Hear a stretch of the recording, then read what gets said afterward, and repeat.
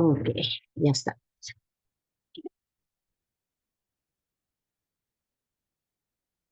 Listo. Hola, hola. Buenas tardes. ¿Qué tal? ¿Cómo estamos? Bueno, muchachos, ¿qué tal? Romina. A ver, ¿cuántos tenemos en el salón? 13 alumnos. Ya estamos. A ver, veamos entonces. A ver, muchachos. Vamos a ir empezando por aquí con la clase de esta semanita. Ya está. Hoy vamos a trabajar la axiología, fíjense. Ya estamos por la semana 9 de nuestro ciclo semestral, ya mitad de ciclo, ¿no? Pero son 18 semanas, si mal no recuerdo. Pero miren,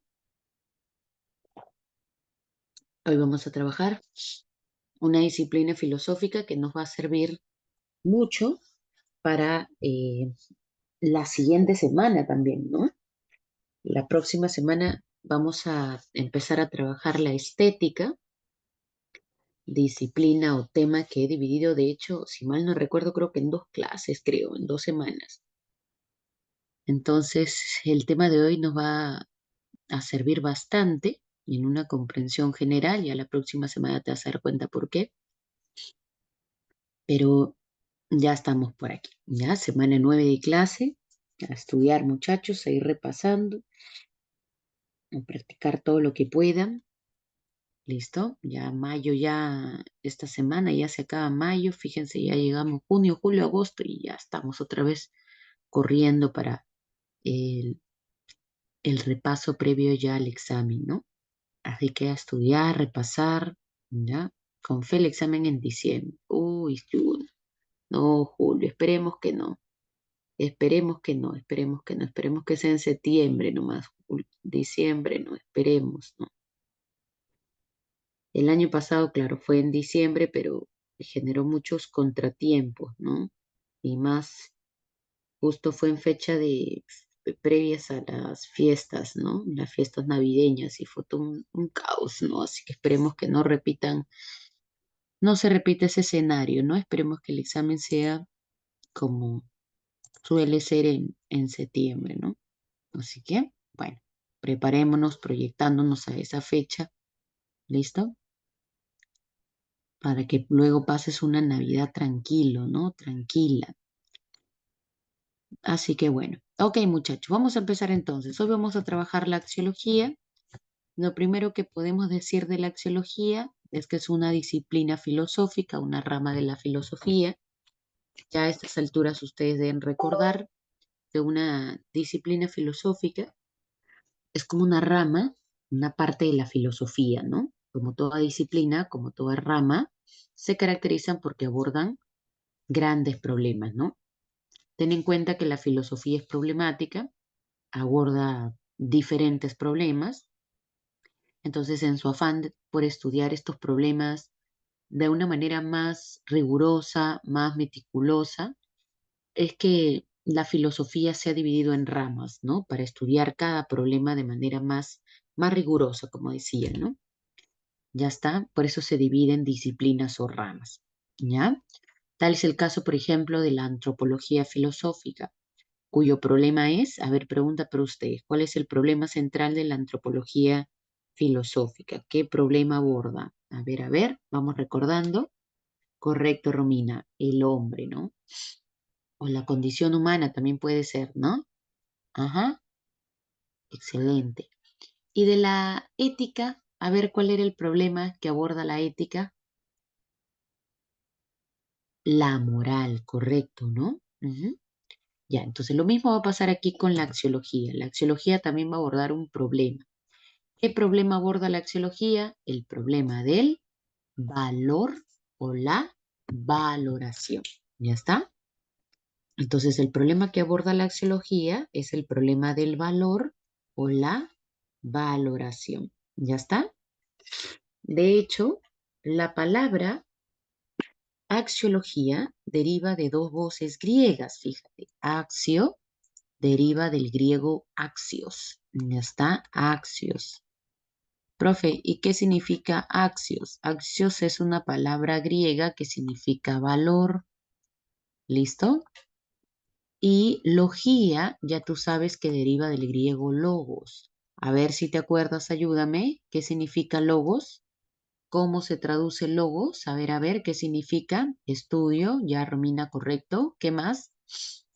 Estudio, tratado, pero también podría significar teo, teoría. Correcto. Por ende, la axiología es también conocida como la teoría del valor. ¿Ya? Teoría del valor. ¿Listo? Ya. Entonces te estarás preguntando, profesora, pero ¿cuál es el problema con mi valoración, no? ¿Por qué la filosofía tiene que estudiar mediante su rama llamada la axiología? ¿Por qué tendrían que estudiar la valoración de las personas, no? ¿O por qué abordarían el tema del valor, la valoración? Un detalle preliminar antes de responder esa pregunta, y es que cuando aquí hablamos de valor, no nos referimos al valor monetario, es decir, no nos referimos al valor económico, al dinero, no al valor económico que va a tener una cosa. No, cuando aquí hablamos de valor o valoración nos referimos a la valoración en tanto estimación. ¿Ya está? No tiene que ver con los valores, ¿no? La libertad, la responsabilidad, no tiene que ver con lo económico. Ojo con ello, ¿ya? Eso como idea primera. Lo segundo, la pregunta o el problema que le interesa resolver a la filosofía en torno al valor es saber si el valor o la valoración depende del sujeto o si las cosas por sí solas ya tienen algún tipo de valor. Entonces el problema aquí es, ¿dónde está el valor? ¿Las cosas tienen valor por sí solas o somos nosotros los sujetos los que le damos valor a las cosas? Es decir, a ver, veamos por acá. Vamos a colocar aquí un sujeto cualquiera, un peladito, ya está, ahí lo tenemos. Y por aquí vamos a colocar un objeto. Se me ocurre pues una pintura, ya está, una obra de arte, una pintura. ¿Listo? Ujujú. Ok, es este cuadrito, esta pintura. Ya. Entonces, mira, cuando el sujeto, por acá tenemos a un sujeto y por aquí tenemos un objeto, una pintura. ¿Ya? Ok. Cuando el sujeto entra en contacto con el objeto, automáticamente aparece la valoración. Por ejemplo, el sujeto observa esa pintura y dice, ese cuadro o esa pintura es bella o bello. Ese cuadro es bello. A esto de por sí se le llama valoración. Y como hemos dicho, la axiología estudia la valoración. Pero, ¿qué es lo que le interesa a la axiología de esta valoración? Lo que le interesa saber a la axiología es entender qué quiere decir esta expresión, esta valoración. ¿Por qué, profe? Por lo siguiente. Esta expresión, ese cuadro es bello, significa que es el sujeto, su pregunta, ¿es acaso el sujeto el que juzga como bella la obra? ¿Es acaso el sujeto el que le otorga valor a las cosas? Si yo digo que ese cuadro es bello, ¿no? Lo es porque así lo juzga un sujeto, una persona. ¿Será acaso que las cosas tienen valor porque así lo juzga un sujeto? Si yo digo, esa pintura es interesante, lo es interesante porque así lo juzga un sujeto. Sí, profe, las cosas tienen valor porque así lo juzga una persona. Ya, pero ¿realmente es así? ¿Por qué lo pregunta, profe? Porque de repente esta expresión quiere darnos a entender otra cosa. ¿Qué, profe? Que en realidad no es el sujeto el que juzga como bella las cosas, no es el sujeto el que le da valor u otorga valor a las cosas, sino, profe, es el sujeto el que descubre, el que ha descubierto el valor que las cosas ya tienen por sí solas. ¿Cómo así, profe? O sea, esta frase de repente solamente quieren dar a entender que el sujeto acaba de descubrir lo bello que ya está dentro del cuadro, dentro de la obra. Entonces, la pregunta del millón es, ¿dónde está el valor? ¿El valor está dentro de las cosas o el valor lo otorga el sujeto? ¿Las cosas son valiosas por sí solas o las cosas adquieren valor porque un sujeto lo juzga así? Las cosas tienen valor para un sujeto. ¿Dónde está el valor? ¿Quién lo da? ¿Lo da el sujeto o las cosas por sí solas ya tienen valor? A ver, pregunta para ustedes. ¿Dónde está el valor? ¿El valor está dentro de las cosas? ¿Las cosas por sí solas ya son valiosas? ¿O las cosas adquieren valor por un sujeto? ¿Dónde está? A ver, ¿tú qué dices? ¿Qué significa la frase o la expresión ese cuadro es bello? ¿Significa que el sujeto juzga como bello el cuadro? ¿O significa que el sujeto ha descubierto lo bello que ya tiene intrínseco el cuadro? ¿Dónde está el valor? A ver, ¿tú qué dices? ¿El valor está en el objeto o el valor lo otorga el sujeto? A ver, vamos, a ver, Romina, a ver, Julito. Andar dice, para mí lo ha descubierto. Zaira dice, no, profe, las cosas tienen valor por un sujeto. Por ejemplo, los 7 ensayos de Mariátegui también es un objeto. Nosotros decimos que los 7 ensayos de Mariátegui es interesante, pero ¿qué significa ese los 7 ensayos de Mariátegui son interesantes? ¿Qué significa esta expresión? ¿Que somos nosotros los que juzgamos como interesante la obra o que nosotros solamente hemos descubierto lo interesante que ya está dentro de la obra? ¿Dónde está? Si es una forma de arte sería el sujeto. Una obra, los 7 ensayos, hemos descubierto. Uy, mira, ya entramos en problemas, ¿ah?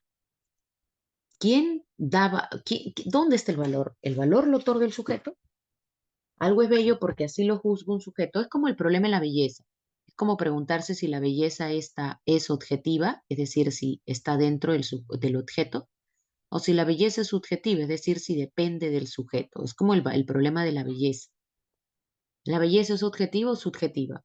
¿La belleza está dentro del objeto o la belleza lo otorga el sujeto? ¿Dónde está? Ay, profe. Generalmente pensamos que es el sujeto el que le da valor a las cosas. Por ahí Zaira, Yarmi me dicen profesor es sujeto, ¿no?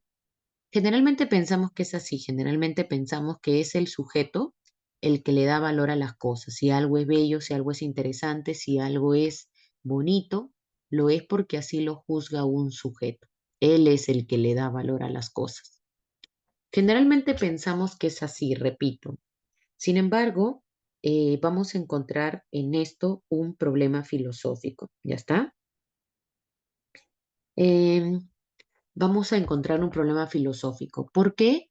Porque van a haber, digamos, otras opiniones. Van a haber algunos filósofos que piensen, como de repente otros de sus compañeros, que van a decir que no, no es el sujeto el que juzga como valiosas o importantes las cosas, sino que las cosas por sí solas ya tienen valor. Entonces, esto se va a convertir en un problema filosófico. Y ese es el problema que le interesa resolver a la axiología. ¿Quién determina la valoración? ¿El sujeto, el objeto? ¿Dónde está el valor? ¿El valor está dentro de las cosas o el valor lo otorga el sujeto? Cuando digo que algo es bello, ¿lo es porque ya tiene belleza en sí o porque yo lo juzgo como bello? ¿Quién determina la valoración? Ese es el problema que van a intentar resolver los filósofos y que vamos a abordar también nosotros, ¿ya? Pero antes de ver este problema, vamos a hablar del valor. Ya que la axiología estudia el valor, la valoración, vamos a hablar del valor. Es de esta manera que entonces vamos a dividir la clase en dos partes, ¿ya? En la primera parte de la clase vamos a hablar todo lo referente al valor, que sus características, que dónde aparece, etc. Y en la segunda parte vamos a hablar de los problemas del valor, es decir, vamos a tratar de resolver el problema que hemos planteado, el problema de dónde está el valor. o en el sujeto, en el objeto. Vamos a ver qué dijeron los filósofos, ¿ya? Entonces esta clase se va a dividir en dos partes. ¿Listo? Bien, empecemos por la primera. Vamos a hablar del valor, dónde está, dónde aparece. Para poder saber dónde está y dónde aparece el valor, hay que tengo que primero mostrarte lo siguiente. Mira la pantalla, por favor. Mira atentamente. A ver, vamos a identificar dónde aparece el valor. Vamos a ir de a poco, ¿ya? Es más, tú solito lo vas a hacer, pero te voy a llevar de la mano. A ver, empiezo diciéndote lo siguiente, que nosotros los seres humanos, en adelante sujetos, tenemos hasta dos formas de relacionarnos con un mismo objeto. ¿Ya está? Acá está un objeto. Yo he colocado aquí una película que de repente has visto, Rápidos y Furiosos 10, ¿no? Eh, pero un objeto no necesariamente es una película, ¿ya? Por objeto podemos entender muchas cosas. Podemos entender, por ejemplo, un paisaje, por ejemplo, podemos entender de repente una obra de arte, una pintura, una obra literaria, un monumento arquitectónico, una canción, un objeto abstracto, un poema, un verso. Por objeto también podemos entender una persona. Ya está, una persona. ¿Listo? Un hecho social también podemos comprender cualquier cosa en realidad. etc. Yo voy a colocar etc., pero quiero que se entienda que por objeto podemos entender muchas cosas. Para fines de esta clase yo he colocado uno de los tantos objetos que pueda haber, que corresponde a una película. Entonces te decía, nosotros los seres humanos tenemos dos formas de relacionarnos con este mismo objeto. A esas formas de relacionarnos le llamamos actos o experiencias. Es lo mismo, acto o experiencia es lo mismo. ¿Ya está? Entonces, a las dos formas que tenemos de relacionarnos con este objeto le llamamos actos o experiencias. A la primera forma que tengo de relacionarme con el objeto le llamamos acto contemplativo. Y a la segunda forma que tenemos de relacionarnos con este objeto le llamamos acto valorativo. Entonces, o lo contemplamos o lo valoramos. Dos formas de relacionarnos con un mismo objeto. Te voy adelantando que estos actos no son iguales, son completamente diferentes. ¿Ya está? Profe, ¿y cómo los diferencio? ¿Cómo puedo saber en qué se diferencia uno de otra? ¿Cómo sé si, por ejemplo, yo estoy en acto contemplativo o si estoy en acto valorativo? Pues es muy sencillo, fíjate. Vamos a empezar por el contemplativo. En el acto contemplativo, el sujeto se caracteriza por algo. El sujeto tiene una conciencia neutral, es decir, el sujeto tiene una conciencia imparcial. Profe, ¿y qué significa que tenga una conciencia imparcial? Es decir, el sujeto observa la obra de arte, observa el paisaje, observa la persona, observa el objeto y no toma posición ni en favor ni en contra del objeto. Solamente lo contempla, lo mira, lo observa, pero no toma posición ni en favor ni en contra de él. Es como ir al cine y ver una película. Tú eres el sujeto, la película es el objeto. Mientras discurre la película, tú solo miras, estás atento a los hechos, contemplas, pero no tomas posición ni en favor ni en contra. Solo ves el desarrollo de la película. Ya. Por ejemplo, ahí estamos en acto contemplativo. Nuestra conciencia es neutral. Solo contemplamos y miramos, no tomamos posición. Profe, ¿y cómo sé que el sujeto solamente está contemplando? Ah, pues eso es muy sencillo, porque el sujeto nos lo va a hacer saber a través de su lenguaje. ¿Cómo? A través del lenguaje, el sujeto va a emitir ¿qué? Juicios. Profe, ¿qué cosa es un juicio? Un juicio es una oración. ¿Ya está? En este caso, el sujeto estará en acto contemplativo cuando emita juicios de ser. Sinónimo de juicios de ser, yo lo anoto por aquí, pero lo voy a borrar. Tú eres un alumno inteligente, lo vas anotando por ahí por cualquier cosa. Sinónimo de juicio de ser. Juicio de existencia. Este es el nombre más conocido. También se le llama juicio ontológico y también se le llama juicio de hecho. Ya está, juicio de hecho. Cualquiera de estos 3, 4 nombres es lo mismo. Pero, ¿qué cosa es un juicio de ser? Un juicio de ser o un juicio de existencia básicamente sería una oración que describe el objeto con el que nos estamos relacionando de manera objetiva. Es decir, un juicio de existencia o un juicio de ser sería una descripción objetiva del objeto con el que nos estamos relacionando. Profe, ¿me puede dar un ejemplo? Claro. Mire este ejemplo. Rápidos y Furiosos 10, mira, estoy hablando del objeto, es una película de acción estadounidense dirigida por Louis Leterrier. Si tú te das cuenta, todo esto es una película estadounidense, perdón, dirigida por tal. Todo eso no es más que una descripción. Y si te has dado cuenta, es una descripción objetiva. Entonces, no hay valoración aquí, es una descripción objetiva del objeto.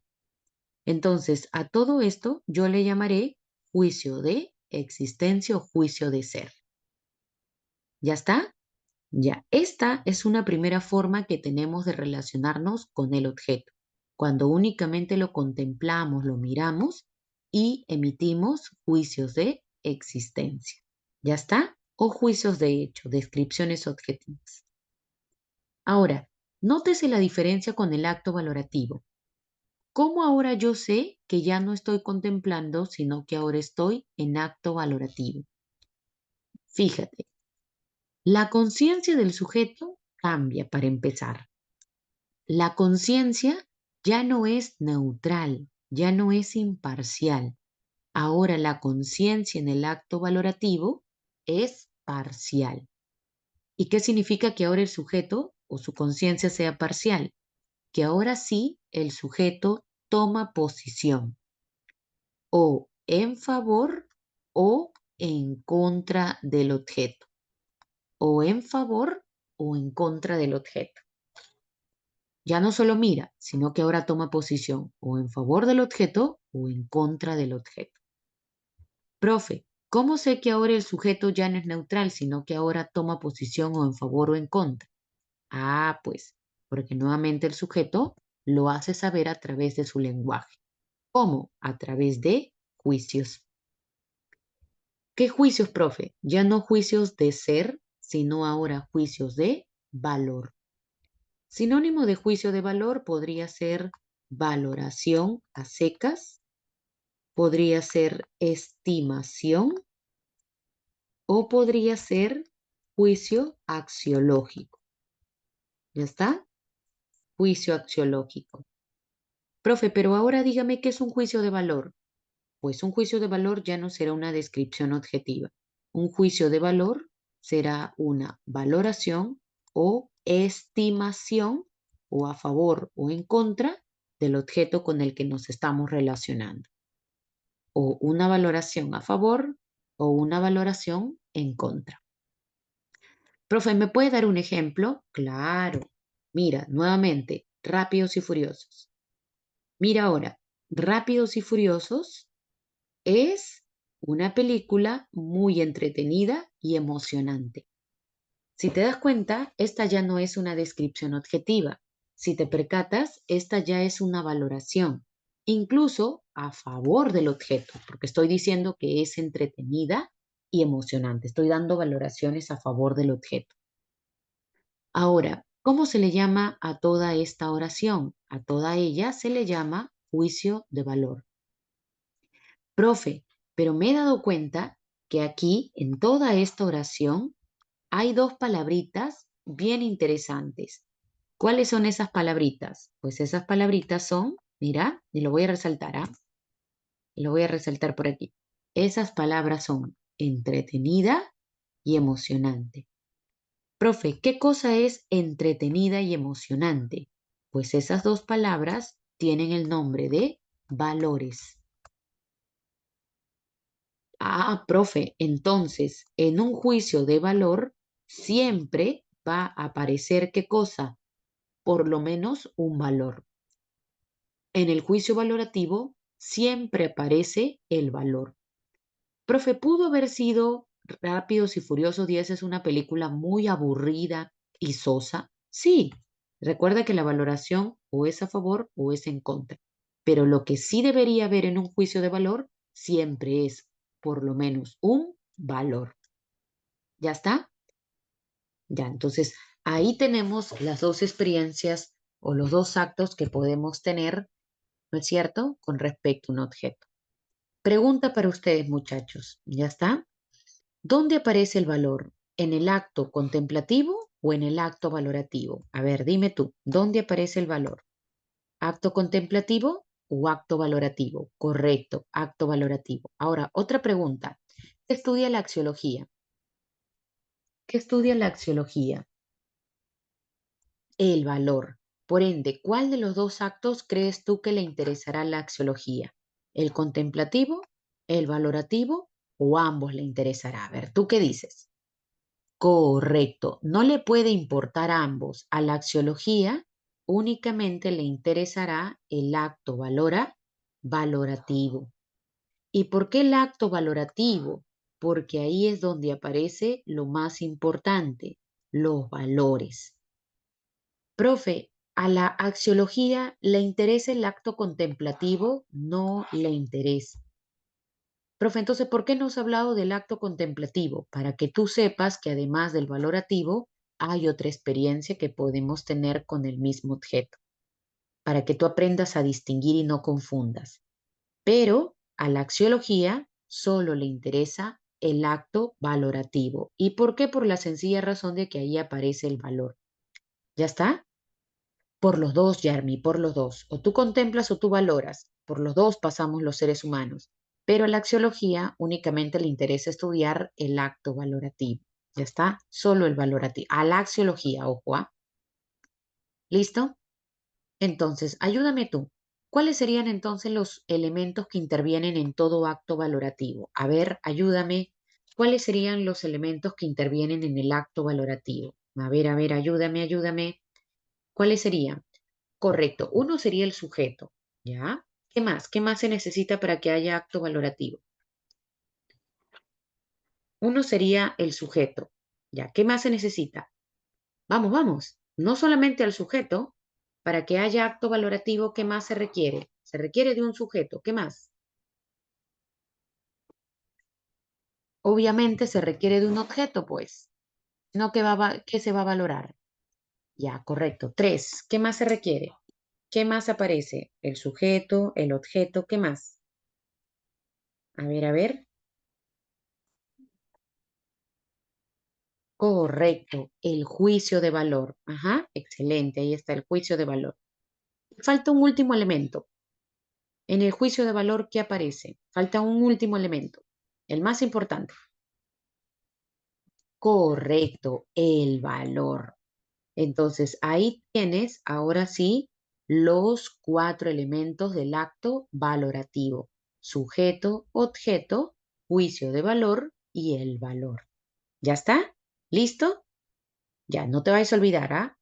¿A la axiología le interesan los dos actos o solo el valorativo o solo el contemplativo? A ver, ¿cuál le interesa? A ver, otra vez, a ver si se ha consolidado. ¿Cuál de los dos actos le interesa? ¿Contemplativo, valorativo o ambos? Correcto, solo el valorativo. Profe, ¿y por qué el valorativo, profe? Es que ahí aparece el valor, pues fenómeno. ¿Ya? A ver, vamos con algunos ejemplitos para ver, para que tú puedas identificar si estamos hablando de acto contemplativo o acto valorativo, para ver si estamos hablando de juicios de valor o de juicios de existencia. ¿Ya?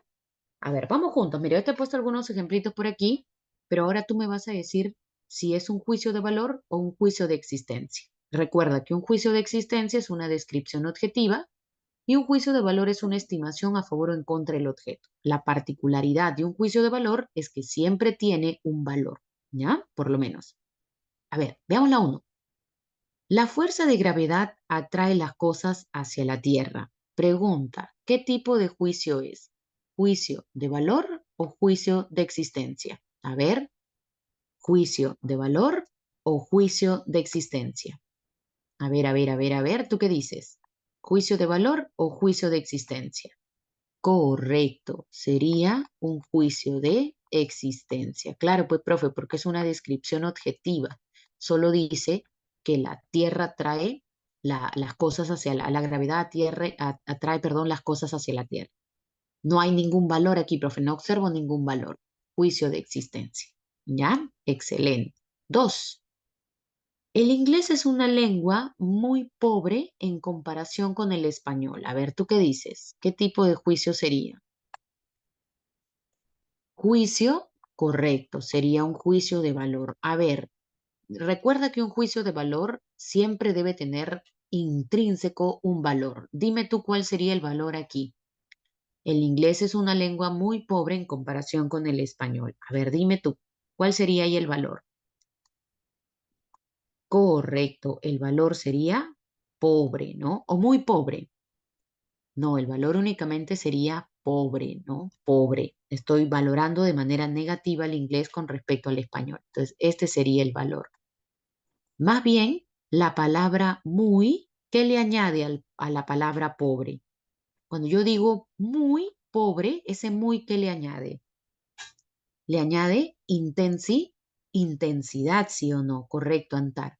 Yo ya no digo el inglés es una lengua pobre, sino que ya intensifico mi valoración diciendo muy pobre, ¿no? Excelente. Muy bien. Tercer ejemplo. La bomba atómica se arrojó como sobre Hiroshima el 6 de agosto de 1945. A ver, ¿qué juicio hay aquí? ¿Juicio de valor o juicio de existencia? Correcto, juicio de existencia. Ya está, una descripción objetiva. No hay ningún valor, arrojo, no hay valor. 4. El Producto Bruto Interno del país se retrajo en un 5%. A ver, ¿qué tipo de juicio hay aquí? ¿Juicio de valor o juicio de existencia? Ah, valor, dicen algunos. Ah, muy bien. Juicio de existencia. Es una descripción objetiva, no hay valor ahí. ¿Listo? Y por último, no creo que las matemáticas sean tan importantes. Ah, profe, ese es mi juicio, profe. Ok, listo. ¿Qué tipo de juicio sería ese? Correcto, juicio valorativo, juicio axiológico o juicio de valor. ¿Cuál sería el valor? Importante, correcto. Importante sería el valor. ¿Y el tan, qué le agrega la palabrita tan al valor importante? Nuevamente le agrega intensidad, ¿no? Muy bien. Entonces, hasta aquí has entendido bastante bien la diferencia entre los juicios de valor y los juicios de existencia. Ahora, te voy a dar unos 3 ejemplitos más, pero ahora de manera oral. Ahora que ya pudiste ver de manera escrita, vamos a consolidar información, pero de manera oral. ¿Ya? A ver, empecemos. Si yo te digo, robarle a un padre es indigno de un buen hijo, ¿juicio de valor o juicio de existencia? Robarle a un padre es indigno de un buen hijo. Correcto, juicio de valor. ¿Cuál sería el valor? ¿Cuál sería el valor en ese juicio? Indigno. Excelente. A ver, si yo digo, la esclavitud es la privación de la libertad. La esclavitud es la privación de la libertad. Correcto, juicio de existencia. Estamos describiendo qué cosa es la esclavitud y justamente es privarle de la libertad a alguien. A ver, si yo digo, Alan García fue el presidente más corrupto que tuvo el Perú, ¿juicio de valor o juicio de existencia? Correcto, juicio de valor. ¿Cuál es el valor? Corrupto. ¿Y el más que le agrega? Más corrupto. Intensidad otra vez, ¿no?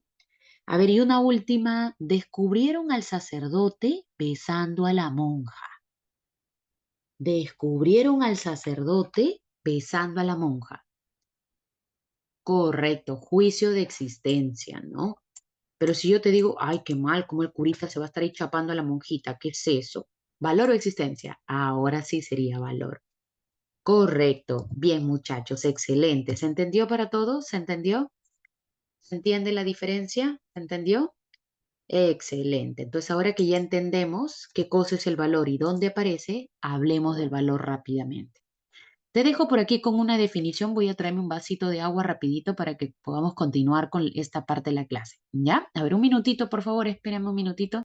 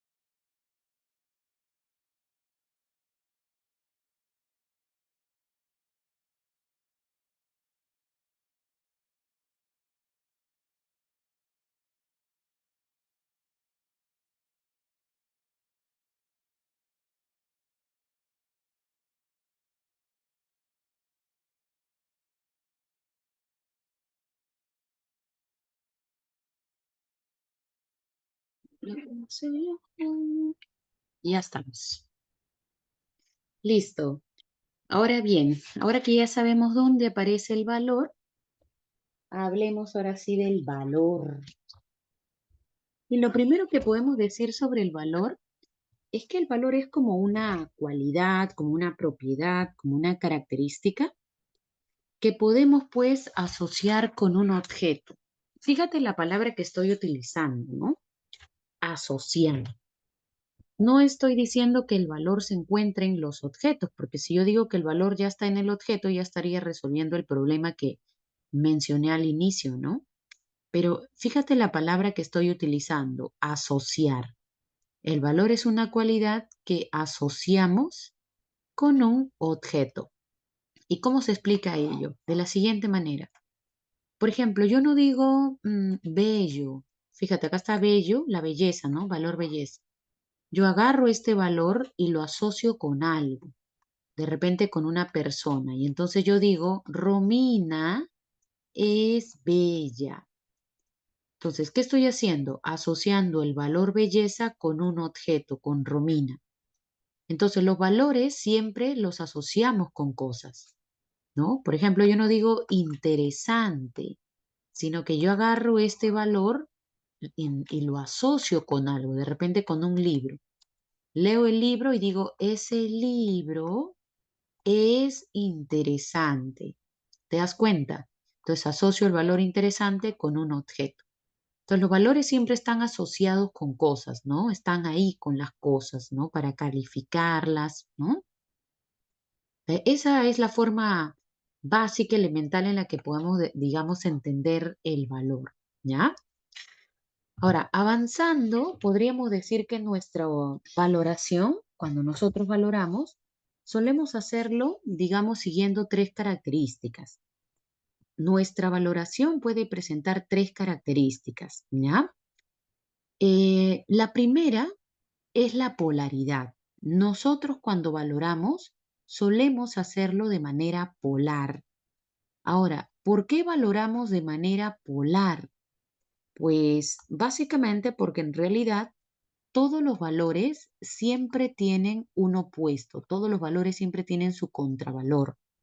Entonces, la respuesta por qué valoramos de manera polar se debe a que pues la valoración puede ser o a favor o en contra. Todos los valores siempre tienen su contravalor, su opuesto. Por ejemplo, a ver, pongámoslo a prueba.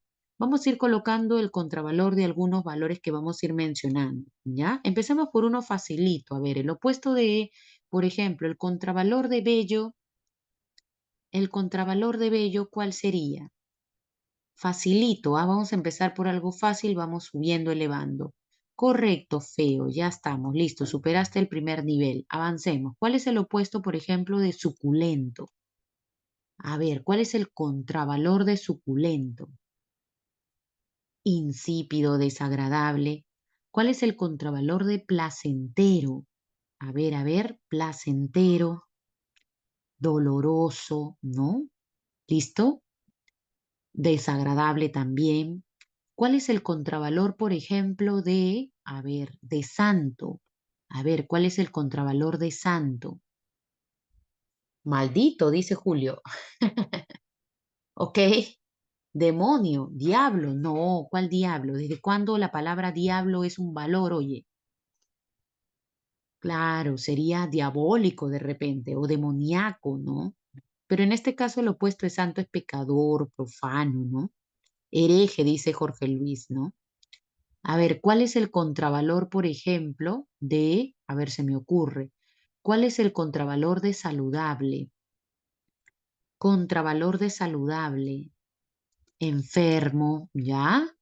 Dañino, pernicioso, por ejemplo, ¿no?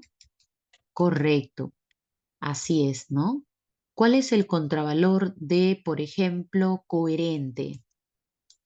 Facilito, profe, incoherente, ya está, ¿no? Se entiende, ¿no? Entonces, todos los valores siempre tienen un contravalor, ¿no? Facilito, se entiende, ¿no? ¿Listo? Ya, entonces ahí lo tenemos, se entiende, ¿no? Ahora, ¿por qué es así? Entonces, por qué valoramos de manera polar? Porque es sencillo, todos los valores siempre tienen su contravalor. ¿Ya está? ¿Listo? Ya. Siguiente característica de la valoración. Nuestra valoración tiende a graduarse, ya está, gradualidad, intensidad, sí. A veces cuando nosotros queremos valorar algo y queremos decir, por ejemplo, yo leo un libro y quiero decir que mi libro es algo mucho más que bueno, entonces intensifico mi valoración. Ya no digo mi libro, el libro que acabo de leer es bueno, sino que digo el libro que acabo de leer es muy bueno, es buenísimo, ¿no? Es más bueno que este otro. Entonces, nosotros cuando valoramos, intensificamos nuestra valoración. ¿Ya está? Ojo que a la gradualidad también se le podría llamar, a la gradualidad también se le podría llamar intensidad, así, a secas, ¿ya? Intensidad. O en algunos casos, San Marcos de frente coloca grado, ¿ya? De frente. ¿Listo? Ya, entonces ahí tenemos, ¿no? Habla de la intensidad. Por ejemplo, aquí en los juicios de valor hemos colocado dos ejemplos donde se ve la gradualidad de la valoración. Por ejemplo, muy pobre. No he dicho que el inglés es una lengua pobre. Estoy diciendo que es una lengua muy pobre. Ese muy ya, digamos, nos indica una intensidad de nuestra valoración. Lo mismo aquí, ¿no? No creo que las matemáticas sean importantes, agrego el tan importantes. Entonces ya habla de una intensidad en la valoración, ¿no? O el ejemplo que te di de manera oral, Alan García fue el presidente más corrupto. ¿Te das cuenta? Entonces, hay palabritas claves que ya nos evidencian nuestra intensidad de la valoración, ¿no? Por ejemplo, muy, más, ísimo, tan, ¿no? Y ya luego añadimos el valor, ¿no? Interesante, aburrido, ¿no? Alegre, divertido. Ese chico es muy interesante, ¿no? Es algo más que solamente decir que es interesante, ¿no? Es algo más que ello. Entonces, ahí tenemos la intensidad de la valoración. Y por último, hay una tercera característica en nuestra valoración, la jerarquía. Cuando valoramos, también lo hacemos de manera jerárquica. ¿Y eso qué quiere decir? Que todos, absolutamente todos, tenemos una tabla de valores. ¿Qué es una tabla de valores? Es como esta pirámide que ves por aquí. ¿Por qué se caracteriza esa pirámide? Porque en esa pirámide colocamos desde el valor que es más importante para nosotros hasta el valor que es menos importante. Todos tenemos una tabla de valores. Y obviamente esa tabla de valores pues es diferente en cada uno de nosotros, ¿no? Por ejemplo, el valor que es más importante para ti ahorita no es el mismo valor al que yo le doy más importancia de repente. O yo misma, cuando tenía tu edad, por ejemplo, la salud era uno de los valores que se encontraba por aquí, por el último, ¿no? Hoy en día la salud es un valor sumamente importante para mí, ¿no? Ya está. Entonces va cambiando en una persona, pero también cambia de persona en persona. Por ejemplo, cuando a veces me quedo dictar de manera presencial por las tardes en otros lugares, alumnos que de repente les he dictado por la mañana y por las tardes de repente les dicto un seminario o algo, pregunto siempre, ¿no? Muchachos, ¿ya almorzaron? ¿Qué han almorzado, no? Y a veces los alumnos de broma en broma dicen, almorzar, ¿qué es eso? No, no, profe, yo hice fotosíntesis, profe, no. No, profe, yo llego a mi casa a almorzar, ¿no? Entonces, no, profe, ya me compré mi chaufita de 3 soles, ¿no? O mi chisito, ¿no? Como me decía aquí un chico que ya no está, ¿no? En ADC. Entonces, básicamente ello evidencia, ¿no? Que el valor salud pues no es tan relevante, importante para ustedes, ¿no? O para ellos en este caso, no todos, ¿no? Pero, por ejemplo, yo no podría decir eso hoy en día, ¿no? Yo no podría decir, no, yo no he almorzado, no, me he comprado mi chisito, no, pues no, porque obviamente la salud sí es un valor importante para mí, ya está. Entonces, todos tenemos una tabla de valores y esa tabla de valores va cambiando de persona en persona y en uno mismo su propia tabla también va cambiando. Entonces, cuando nosotros valoramos, esa tabla de valores suele ponerse en evidencia, porque cuando valoramos solemos darle mayor importancia a un valor con relación a otros o con respecto a otros. Por ejemplo, si yo les digo, muchachos, a mí me gusta enseñar, amo mi trabajo, me gusta entrar, me gusta enseñar, ya está, me gusta enseñar filosofía, ¿listo? Sin embargo, desde ya yo les adelanto que si un día yo me enfermo, no voy a entrar a dictar a clase, no, no voy a entrar a clase, no voy a poder dictar. ¿Por qué? Porque yo he llegado ya a un momento de la vida en el que entiendo que mantenerme sana o saludable es fundamental. Si yo estoy saludable, si yo estoy bien, voy a poder desarrollarme muy bien en un aula de clase en mi espacio académico, entonces en mis estudios, en mi vida, entonces yo voy a poder avanzar bien. Pero si yo no estoy bien, no estoy bien, no estoy saludable, estoy enferma, por mucho que quiera ir a hacer una clase así enferma, no voy a poder o no se va a desarrollar en óptimas condiciones. Esa es, por ejemplo, la razón por la que la semana anterior de repente no pude dictarles, ¿no? Bueno, que yo no era la que estaba mal, pero, por ejemplo, puede darse un escenario en el que esté mal y no puede entrar a clase, ¿no?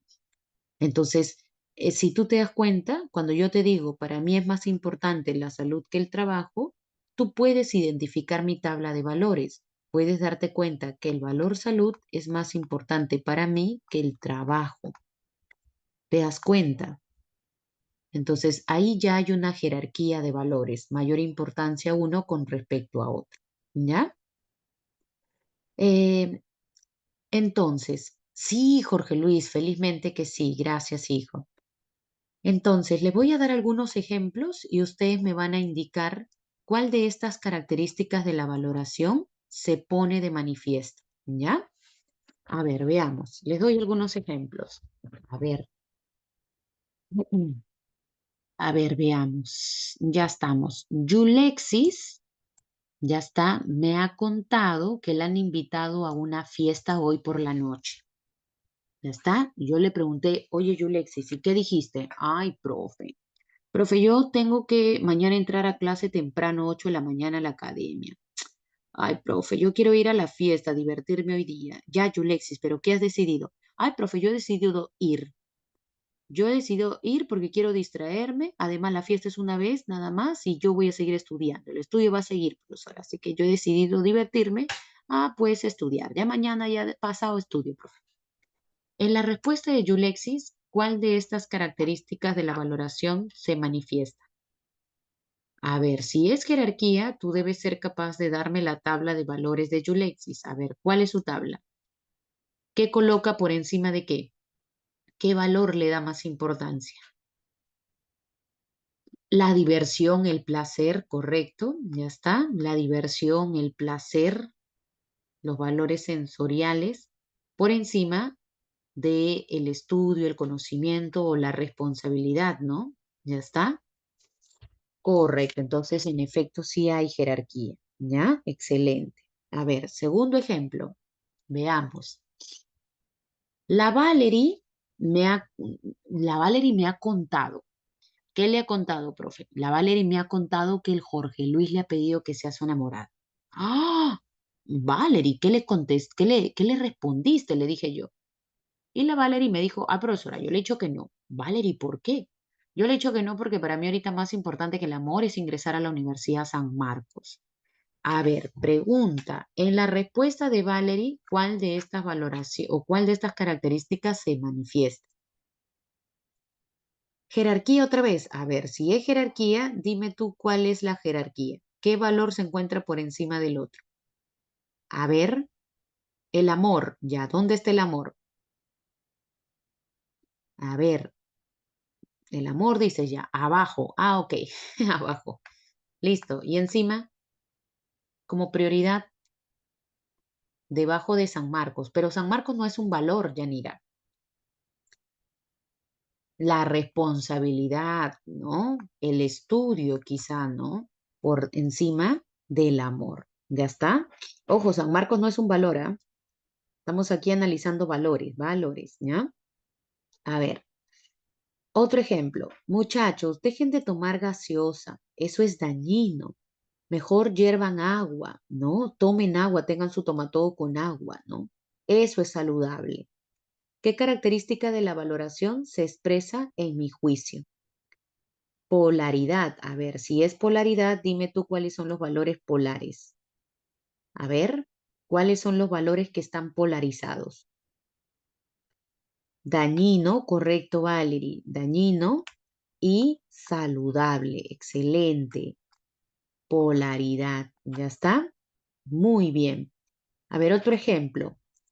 En el último campeonato nacional de fútbol, el rendimiento de la U fue bueno. ¿Ya está? Pero el de Alianza Lima fue buenísimo, es decir, fue superior.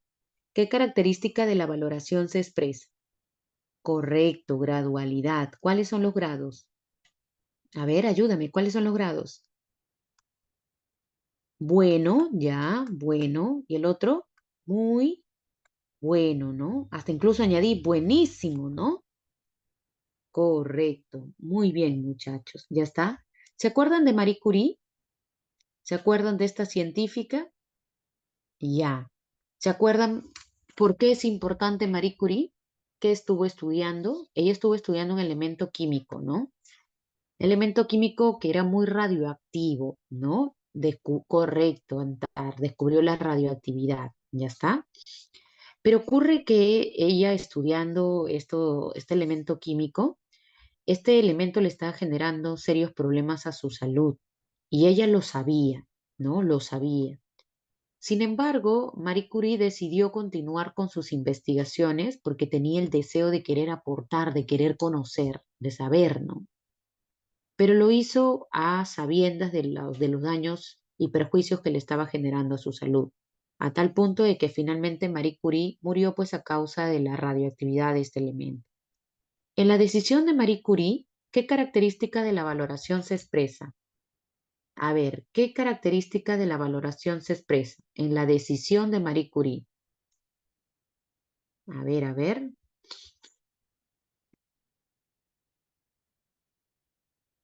¿qué característica? La jerarquía, correcto. A ver, si hablamos de la tabla de valores, a ver,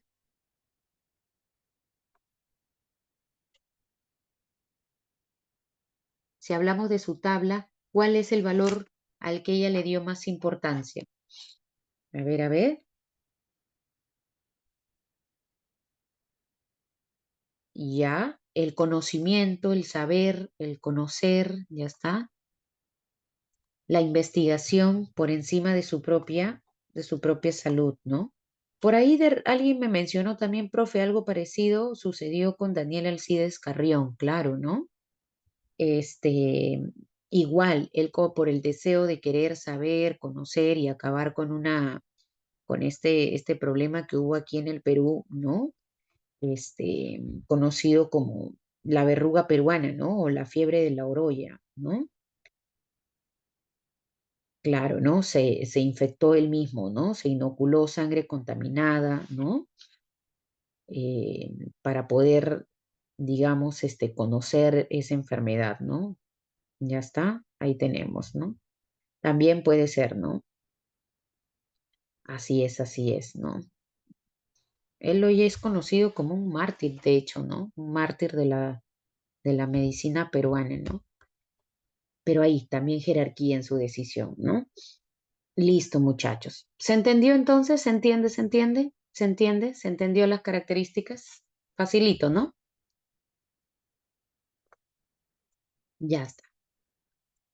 Para terminar con esta primera parte, tenemos por aquí una clasificación de los valores. De hecho, esta clasificación es la clasificación que nos brinda Max Scheler. Todos los valores existentes, él los agrupa o él los clasifica en varios tipos o grupos, ¿no? Entonces, por ejemplo, hay un conjunto de valores al que él los clasificó como valores sensoriales o hedonistas, un conjunto de valores al que los clasificó dentro de los vitales, etc, etc, etc. Entonces, ¿cuáles serían los valores vitales? Todos los valores que están relacionados con la salud, la vida, ¿no? La vitalidad. Por ejemplo, saludable, ojo, pero también se encontraría su opuesto, ¿ah? Insalubre, dañino, fuerte, su opuesto débil, ¿no? Entonces, todos los valores que están vinculados con la salud, con la vitalidad y lo dañino para la misma se llaman valores vitales. Los valores, por ejemplo, estéticos son los valores que están referidos a lo bello de algo, ¿no? Por ejemplo, bello, su opuesto feo, elegante, su opuesto ridículo, armonioso y su opuesto, ¿no? Entonces son valores referidos a lo bello de algo, estéticos, ¿no?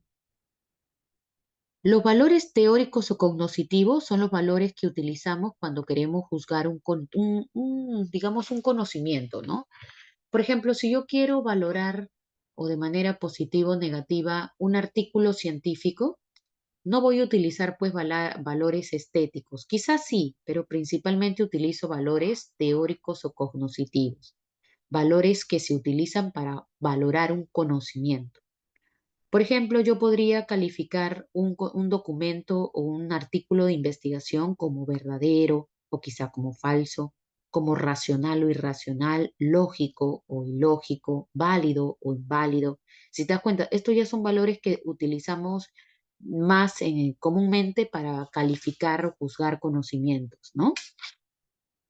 Luego, los valores religiosos son los que están relacionados con la santidad, ¿no? Lo sagrado, lo profano, lo divino, lo diabólico, ¿no? Todos los valores siempre con su opuesto. Los valores éticos son los valores que utilizamos para juzgar las acciones de las personas, ¿no? Oye, has actuado de manera deshonesta, ¿no? Oye, eso es malo, oye, eso es incorrecto, oye, lo que has hecho no está bien, bueno, malo, ¿no?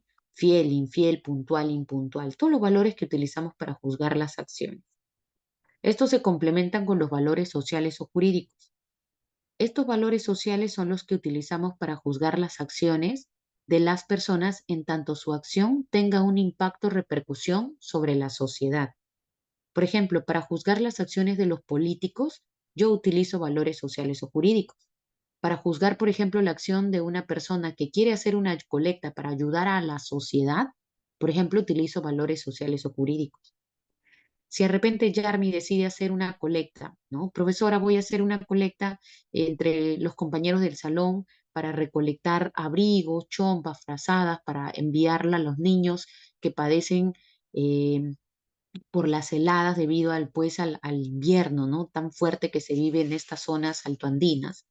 Entonces, la acción de Yarmi va a tener una repercusión sobre la sociedad. Entonces, yo utilizo valores sociales para juzgar su acción. Podría utilizar los éticos, pero principalmente sociales, ¿no?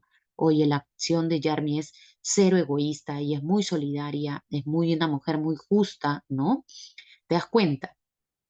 Luego, los valores económicos o técnicos son los valores que utilizamos para valorar, ¿no? Lo lucrativo, lo útil, lo beneficioso que puede ser algo, ¿no? Útil, inútil, lucrativo, barato, caro, ¿no?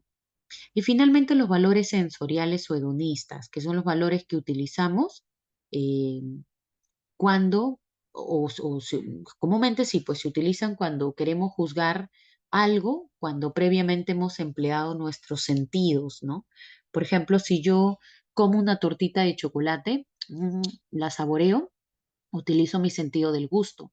Después de probar automáticamente, ¿no? Digo, qué sabrosa, ¿no? O escucho una canción por primera vez, oído, el sentido del oído, ¿no? La audición, escucho, oh, qué agradable sonido, qué placentera esa canción, esa melodía. ¿Te das cuenta? Entonces, esta es, digamos, la clasificación o las clases de valores que existen según, pues, los caracteres que he mencionado, ¿no? ¿Cómo podría preguntarte San Marcos al respecto? Podría darte un escenario y preguntarte qué tipo de valores son los que se hacen o se ponen de relieve, ¿no? A ver, te doy una situación, por ejemplo. A ver, una madre de familia va a Wilson a comprar una computadora, ¿no? Para su hijo, pues necesita este para sus estudios universitarios. La madre busca una computadora, pero espera encontrar una que no sea tan costosa, es decir, la madre espera encontrar una computadora barata, pero útil al mismo tiempo. En la prioridad de la madre, ¿a qué clase de valores se le está dando importancia? En la prioridad de la madre, ¿a qué clase de valores se le está dando mayor importancia? Y la respuesta sería correcto, económicos o técnicos. ¿Ya está? Ya.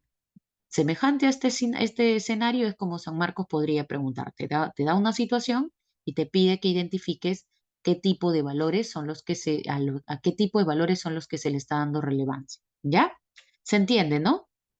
¿Se entiende? ¿Se entiende? Ya, listo. A propósito, yo en su boletín les he puesto creo que dos, tres ejemplos en la tarea con este tipo de ejercicios, ¿ya? Listo, ahora sí. Dejamos lo referente al valor y pasemos a hablar de las doctrinas axiológicas. Segunda y última parte de la clase, se acabó, se acabó. Vamos a tratar de resolver el problema. Más que resolverlo, vamos a tratar de ver qué dijeron los filósofos sobre el problema que planteamos al inicio. Profe, ¿qué problema? El problema de quién determina la valoración. A ese problema se le conoce con el nombre de la fundamentación del valor. Vamos a ver qué dijeron los filósofos. ¿Ya está? ¿Dónde está el valor? ¿El valor está en las cosas o el valor lo otorga el sujeto? Para poder resolver este problema, fíjate que van a existir diferentes doctrinas axiológicas. Tal como vimos la semana pasada con las doctrinas éticas, Aquí vamos a tener doctrinas axiológicas. Vamos a ver qué dijeron los filósofos. Y la primera doctrina ética que vamos a revisar se llama el subjetivismo axiológico. ¿Ya está? A ver, la pregunta es, ¿dónde está el valor? ¿Quién determina la valoración? Cuando le hicimos o le hicieron esta pregunta a los subjetivistas, ellos respondieron que el sujeto es el que le da valor a las cosas. El sujeto es el que le otorga valor a las cosas. Si algo es valioso, si algo es interesante, si algo es bueno, si algo tiene valor, es porque así lo juzga el sujeto. ¿Eso qué significa? Que entonces el valor depende del sujeto, requiere del sujeto. De tal manera, ¿qué pasaría, por ejemplo, si no existiera el sujeto? ¿Qué pasaría con el valor, muchachos? A ver, si no existiera el sujeto, ¿qué pasaría con el valor? ¿Dejaría de existir o seguiría existiendo? A ver, ¿tú qué dices? Para un subjetivista que dice que el valor, ya está, depende del sujeto. Si desapareciera el sujeto, ¿qué pasaría con el valor? Correcto, profe. Si el sujeto no existiera, pues tampoco existiría el valor, pues, profe. Eso es algo que el subjetivista sostendría. Entonces, para los subjetivistas, el valor depende del sujeto.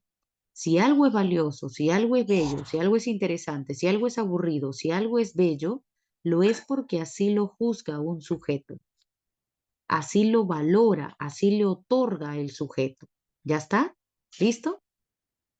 Ya, entonces algo tiene valor porque así lo juzga o lo otorga el sujeto. Ahora, dentro del subjetivismo vamos a encontrar hasta tres variantes, ¿ya? Mira, todo te voy a dar, ¿ah? Tres variantes, ¿listo?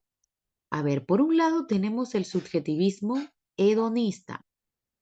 ¿Quién es el representante del subjetivismo hedonista? Epicuro. Epicuro dice que, en efecto, es el sujeto el que le da valor a las cosas. Si las cosas tienen valor, es porque así lo juzga un sujeto. Todo depende del sujeto. ¿Ya está? Pero para Epicuro, el sujeto valora las cosas, le otorga valor a las cosas cuando dichas cosas le generan algún tipo de placer. ¿Placer a quién, profe? ¿A todos, a la mayoría, a uno solo, a la persona que lo requiera? Un placer individual o personal. Es decir, Epicuro diría que tú valoras las cosas, tú le das valor a algo cuando ese algo te genera algún tipo de placer, satisfacción placentera. Cuando algo te genera lo opuesto al placer, tú lo rechazas, no lo valoras, ¿no es cierto? Por ejemplo, tú debes tener un amigo con el que puedes dialogar, ¿no? Y te causa tanto placer dialogar con este amigo, con esta amiga, que hasta incluso pierdes la noción del tiempo. Pero es que es tan placentero dialogar, ¿no es cierto? Que te sientes feliz incluso. Entonces Epicuro diría que tú valoras esa buena conversación, esa amistad, porque esa conversación te genera placer, ¿no? Pero si te generara lo opuesto, ya no lo valorarías, pues. Sirva un ejemplo, digamos, sirva una experiencia personal a modo de ejemplo para que se entienda qué quiere decir Epicuro. Te voy a contar una infidencia, un caso de la vida real, o sea, mi historia. A ver, em, cuando yo era niña, y esta fue una experiencia que justo recordé hace unas semanas y lo conté en clase y fue muy, muy curioso. Pero cuando era niña, a mí me gustaba muchísimo comer el hígado de pollo, me encantaba, ¿ya está? Y mi mamá siempre que cocinaba, pues solía añadir un hígado de pollo a la comida, ¿no? Yo feliz, ¿no? Y siempre comía, ¿no? Me encantaba. Un día mi mamá hizo arroz con pollo y lo recuerdo muy bien, ¿no? Me marcó esa experiencia. Mamá hizo arroz con pollo Y como ella vio que a mí me gustaba comer el hígado de pollo, mi mamá decidió colocar como 5 hígados ahí en la comida, ¿no? Entonces, cuando ella termina de cocinar, me acuerdo que se va y le encarga a mis hermanas de que ellas pues nos sirvieran a la hora del almuerzo, ¿no? Y me acuerdo que mi mamá me dijo, hijita, te he dejado ahí tus higaditos, ¿no? Los comes ya. Ya, le dije. Yo feliz. No sabía cuántos eran, pero ella dijo, te he dejado tus higaditos ahí. Yo feliz, hijo. Recuerdo que mi hermana, no recuerdo quién de todas, pero recuerdo que una de ellas me sirvió, nos sirvió a mis hermanos. Y mi hermana pues me sirvió solo un hígado, ¿no? Un higadito. Y yo estaba entre feliz y molesta, porque mi mamá me había dicho, te he dejado higaditos. No dijo higadito. Entonces todos se sentaron, comenzaron a comer y entonces yo decidí regresar a la cocina. Vuelvo a la cocina, destapo la olla y encuentro otros hígados ahí. Entonces agarré, bueno, mi mamá dijo que me ha dejado higaditos. Mi mamá no especificó si me los comiera todo en el almuerzo o si los debía racionar para la cena también. Bueno, al fin y al cabo, ahorita más tarde me los voy a comer. Así que decidí agregarlos a mi plato. Creo que eran como 4 o 5, ya está. Los puse todos en mi plato. Y para que mis hermanas no me dijeran nada, me quedé en la mesa de la cocina. Ya no regresé al comedor, me quedé ahí, antes que vengan. Pero antes de que vengan implicaba que entonces yo también debiera comer rápido. Entonces comencé a comer primer higadito, feliz. Uy, yo estaba en mi gloria, hijo, ¿no? Si yo quería saber a qué sabía lo sublime en ese momento, lo estaba viviendo, ¿no? Comí un higadito. Segundo higadito, feliz estaba, ¿no? Al tercer higadito ya no sentí el mismo placer. Sin embargo, no podía dejar de comer porque no podía traicionar a mi mamá. Mi mamá me había dejado los hígados. Es como la contradicción que uno siente por fallarse a sí misma, ¿no? No puedo fallar a mi placer, a mí. No puedo dejarlo. Además, se lo pueden comer otros. Y entonces, contra viento y marea, termino el tercer hígado. Ya no daba para el cuarto. En realidad ya ni debía comerlo, pero decidí empezar a comer el cuarto higadito. Ya no daba, pero al final terminé los 4 hígados, grandes, hígados de pollo, grandecitos. Al rato, a la media hora, comencé a vomitar todos los hígados. Comencé a vomitarlo todo, ¿no? Entonces, hasta el día de hoy, ya no como hígado de pollo. Me ha quedado marcada esa experiencia casi traumática, hija. Entonces, ya no como hígado de pollo. Hasta hoy, ¿ya? Pero me acuerdo siempre que obviamente compramos pollo en casa y lo tengo que lavar y revisar, veo el hígado de pollo y me acuerdo siempre esa experiencia. Pero, por ejemplo, yo no conocí Epicuro en aquellos años, pero ya sabía y yo valoraba mucho esa comida o esos hígados porque me generaban placer, un placer sensorial, ¿no? Y obviamente cuando algo ya te deja de generar placer, te comienza a generar tirria, ¿no? Asco, ya no hay placer, entonces ya no valoramos también algo. Entonces sirva esta experiencia personal a modo de ejemplo, ¿no? Para un poco ejemplificar esto que dice Epicuro, ¿no? Así me pasó con los tallarines verdes a Yarmi, ¿no? Experiencias similares. Entonces, el placer determina cuándo valoramos o no las cosas, ¿ya? Ahora, vamos por aquí con una siguiente variante, los utilitaristas, ¿ya está? Los representantes son John Stuart Mill y Jeremy Bentham. Te pasó con el azúcar. ¿Es en serio, Yantar? ¿Cómo así? O sea que tú no comes ningún alimento ahorita azucarado o sí normal, pero ¿cómo es? ¿Cómo con el azúcar? Dios mío. Ah, ¿de verdad? Pero ahora normal comes azúcar, pero que en bajas cantidades o nada de azúcar. Ahora ¿en serio? Su Antar, pero entonces ha sido lo mejor que te ha pasado en la vida. Has dejado de consumir uno de los alimentos procesados más dañinos, ¿no? A mí igual no toma ninguna bebida con azúcar, ¿no? Menos gaseosa. Café sin azúcar. Eso sí es rico, ¿no, Zaira? Su Antar, qué feo, ¿ah?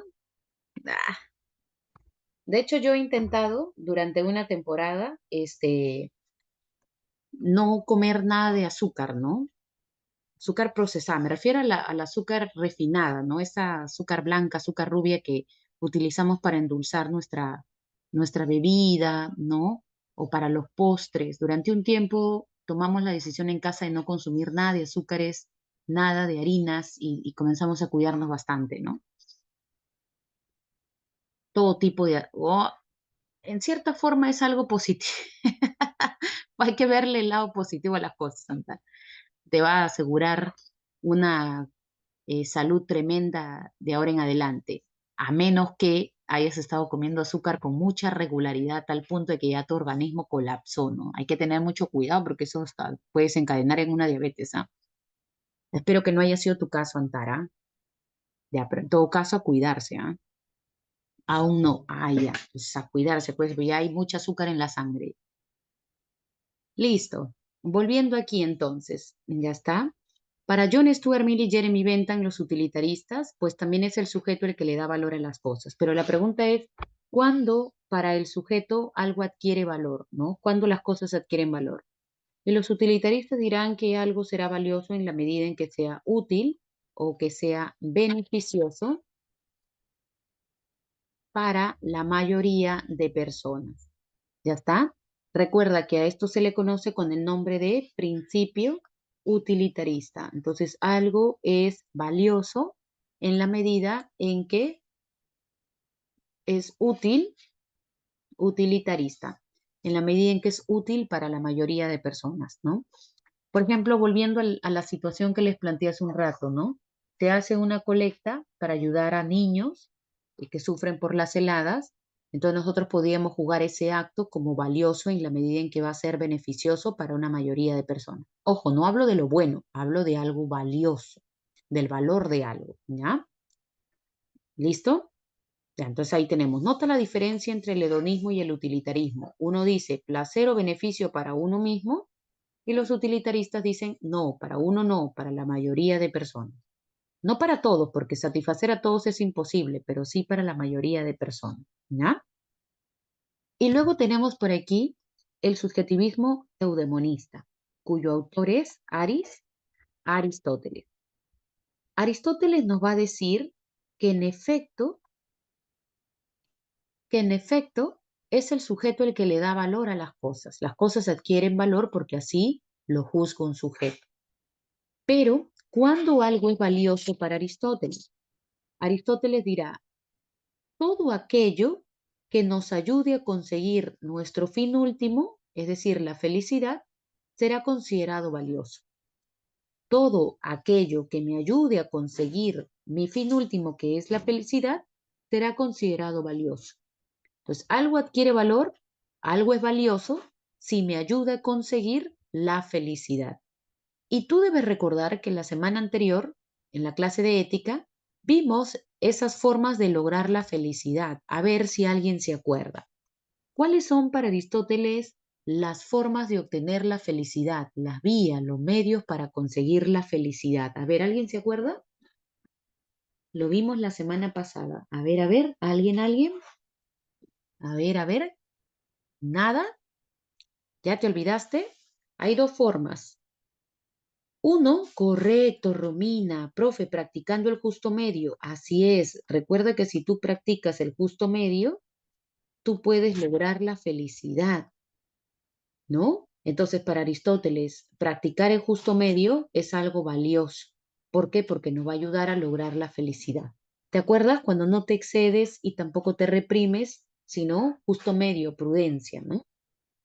Pero también, y lo acaba de decir Romina, es cuando nos dedicamos a la vida teórica, a la vida contemplativa.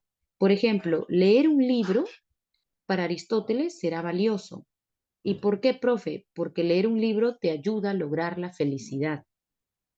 dedicarte a la vida teórica, a la vida contemplativa, a cultivar la mente, son formas que te ayudarán a alcanzar la felicidad. Por lo tanto, estas dos cosas para Aristóteles serán consideradas valiosas. ¿Ya? No te olvides, ¿ah? Listo, entonces ahí tenemos esta primera postura llamada el subjetivismo. Vamos ahora por aquí con otra doctrina axiológica llamada el objetivismo, que básicamente va a ser como que la oposición del subjetivismo. Para el objetivismo, el valor existe, pero el valor no depende del sujeto. El valor es independiente del sujeto. El sujeto no es el que le da valor a las cosas. El sujeto solamente descubre el valor que ya existe al margen de él, al margen del sujeto. Para los objetivistas, el sujeto no importa. Es más, que desaparezcan todos los seres humanos de la Tierra. ¿Quién sigue existiendo? El valor.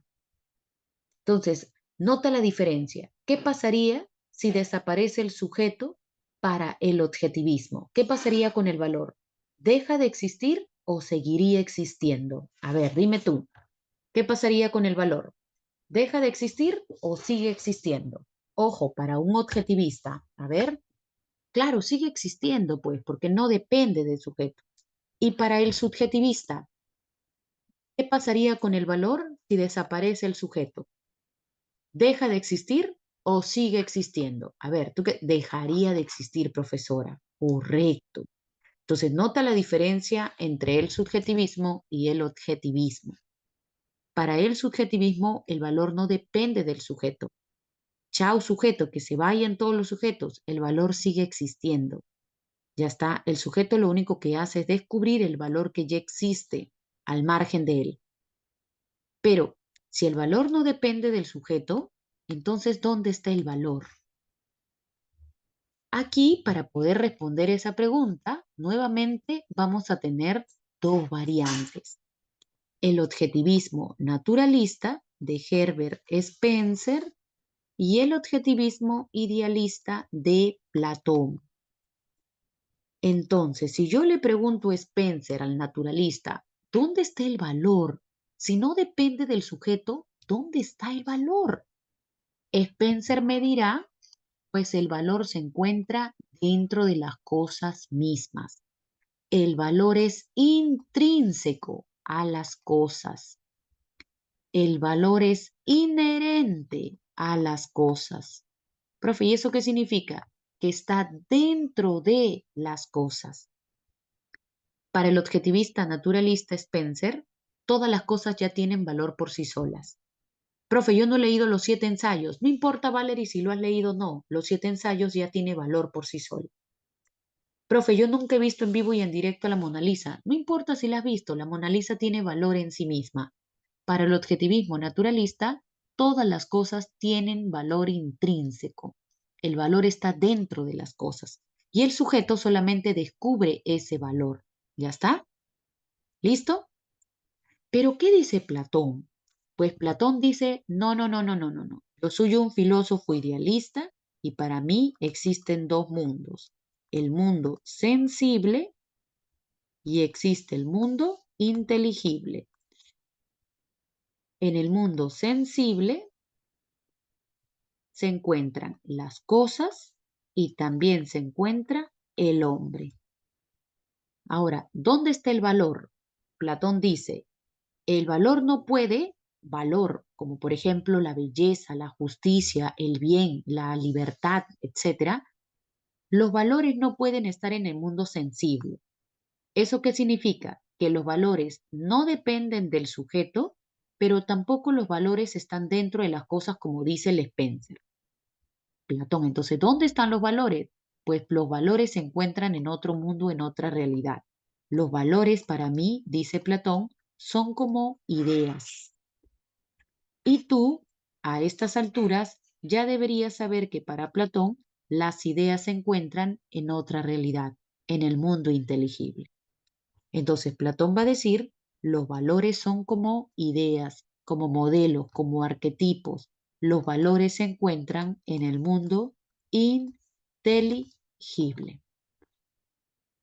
Entonces, el valor no depende del sujeto, pero tampoco es que está dentro del objeto, como dice Spencer. Yo soy un idealista, ¿ya?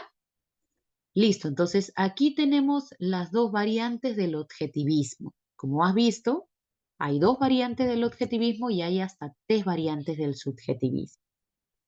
Vamos con una tercera postura que va a fusionar a las dos primeras, el relacionismo. Relacionismo suena a relación, ¿no? El relacionismo es la postura de Riccieri-Frondizi. El relacionismo se va a encargar de fusionar lo que diga el subjetivismo más el objetivismo. ¿Por qué, profe? Porque recuerda que el subjetivismo dice el valor depende del sujeto y el objetivismo dice no depende del sujeto, depende del objeto. Entonces, el relacionista va a decir, a ver, dejen de pelearse. La valoración o el valor sí existen, pero ella aparece cuando se relacionan un sujeto que valora con un objeto a ser valorado. El valor o la valoración solamente podrá aparecer cuando se relacionan ambos, relación sujeto-objeto. El valor o la valoración solo será posible si están presentes un sujeto que valora y un objeto que será valorado. No solo uno, surgen la relación o interacción de ambos elementos. Los dos tienen que relacionarse. Frondizi va a decir que el sujeto tiene facultades o capacidades que le permiten conocer lo valioso de las cosas. Y las cosas tienen propiedades que las hacen valiosas. Entonces tiene que haber alguien capaz de conocer esas propiedades. Tiene que haber alguien con la suficiente capacidad de poder comprender y traducir en experiencias de valor esas cualidades que tiene el objeto. ¿Ya está? Entonces tiene que haber ambos elementos, no solo el sujeto, no solo el objeto. Los dos tienen que estar presentes. Si los dos se relacionan, aparece el valor o la valoración. Por eso se llama relacionismo. ¿Ya? Y para ir terminando, tenemos por aquí al emotivismo axiológico, también llamado escepticismo axiológico.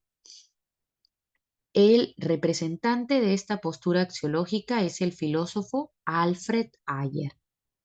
Alfred Ayer nos va a hablar de los juicios de valor, la valoración, ¿no? Los juicios de valor o la valoración. ¿Qué dice sobre los juicios de valor? Voy a colocar por aquí los juicios de valor, ya está, los juicios de valor, el valor o valoración. Entonces son sinónimas, ¿ah? Juicio de valor, valor, valoración. ¿Qué dice Alfred Ayer sobre los juicios de valor? Dice que un juicio de valor no es comprobable, no es verificable en la realidad. Es decir, no se puede comprobar su verdad, ni tampoco podemos saber si un juicio de valor es falso. Entonces, no podemos comprobar en la realidad si los juicios de valor son verdaderos o son falsos. Los juicios de valor, dice Alfred Ayer, son inverificables. Inverificables. ¿Listo? No podemos verificar su verdad o falsedad en la realidad. Profe, por ejemplo, a ver, te doy un ejemplito. Por ejemplo, si yo digo, ¿no? Si yo digo, a ver, Jorge, ya está, es Jorge Luis es bello. Profe, ¿qué es esto? Esto es un juicio de valor. ¿Ya está? Este es un juicio de valor. Ya, pero ¿qué dice Alfred Ayer sobre este juicio de valor? Dice que este juicio de valor no se puede comprobar, es inverificable. No podemos comprobar si este juicio es verdadero o si es falso. De repente por ahí alguno está pensando, no, profe, sí se puede, sí se puede. ¿Cómo? De repente alguno estará pensando, profe, viéndolo.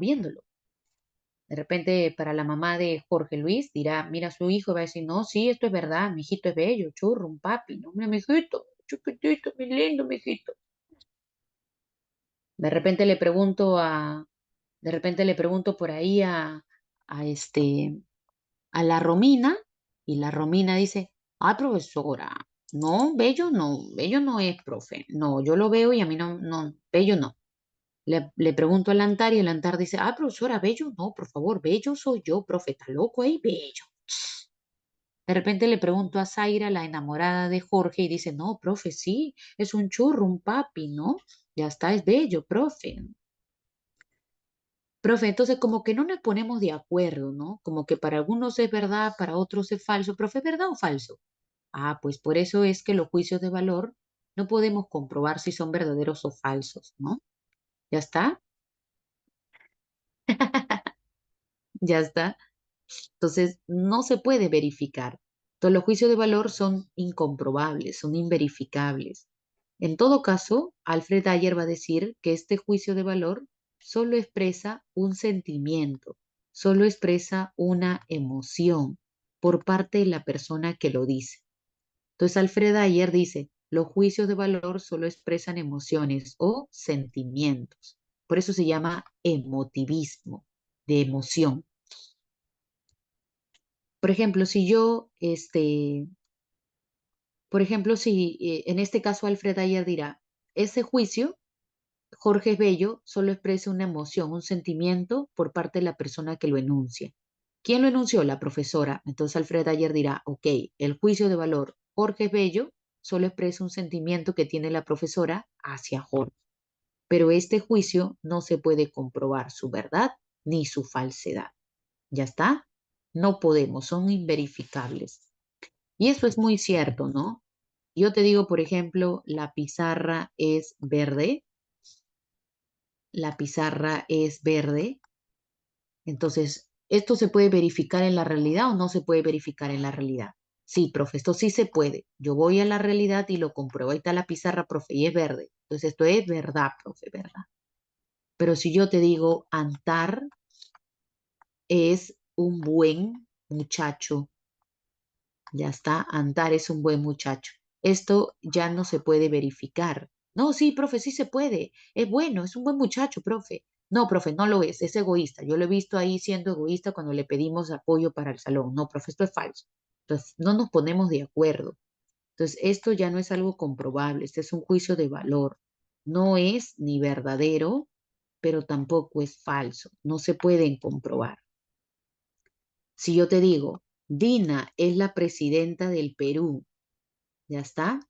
¿Se puede o no se puede comprobar? Sí, profe, sí se puede. Es más, es verdad, pero no puedo comprobar que Andar es buen muchacho. Pero los juicios de valor son inverificables. Ya está, no se puede comprobar su verdad o su falsedad. Lo mismo pasa con expresiones como, por ejemplo, te amo.